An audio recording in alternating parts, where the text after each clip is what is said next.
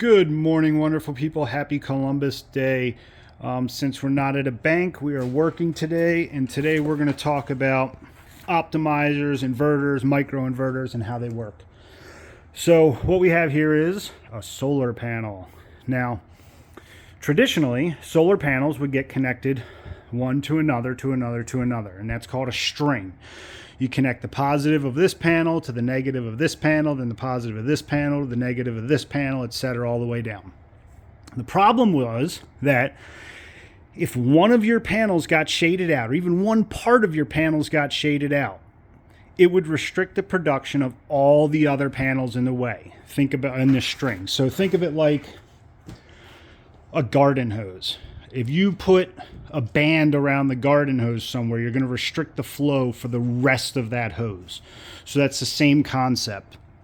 So SolarEdge came out with what's called optimizers. Now, an optimizer makes sure that if this panel is shaded out, this panel's power production does not get affected. So if this is producing 0 and this is producing 300 watts, then this 300 watts will still work.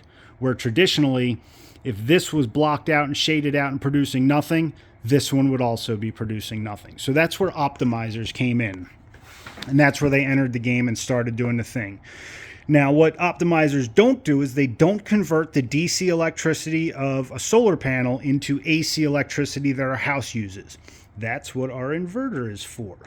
So we connect optimizers to each of the panels to make sure the panel's producing the maximum amount of power it can. Then it sends all that DC power to the inverter. The inverter converts it to AC energy and then pushes it into your grid. Now this is a microinverter.